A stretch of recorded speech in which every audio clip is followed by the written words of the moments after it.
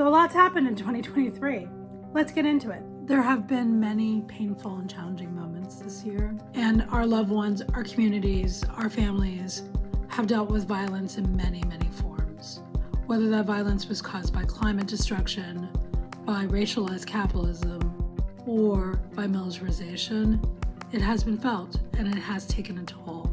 It's taken both a physical and mental toll on our folks, not only here in the US, but across the globe. Yet alongside grief and trauma, there's also been solidarity, care, and triumph.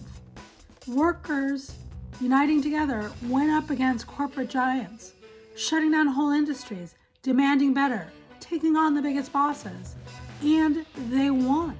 And renters and allies organized together all across the country.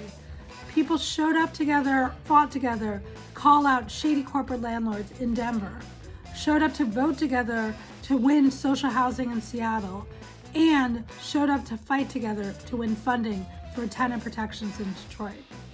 And we also showed up together to fight for and demand climate justice. This is how organizers and communities across our network have been coming together and pushing together towards a world in which every one of us has what we need. For Power Switch Action, that means a multiracial feminist democracy. And here's a bit of what we did this year to push towards that future. First off, we grew a lot. We added a new affiliate. We scaled up our resources for our campaigns and fights. We hired new members onto our team, and we worked to weave and strengthen coalitions across this country. We took on bold new fights with an eye towards how those fights could open doors to bigger wins down the road. And we saw this approach pay off with years spent organizing, making possible victories that were unthinkable just a few years ago.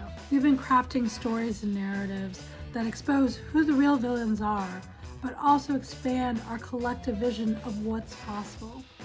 Stories have real power, and they can change the terrain on which we fight.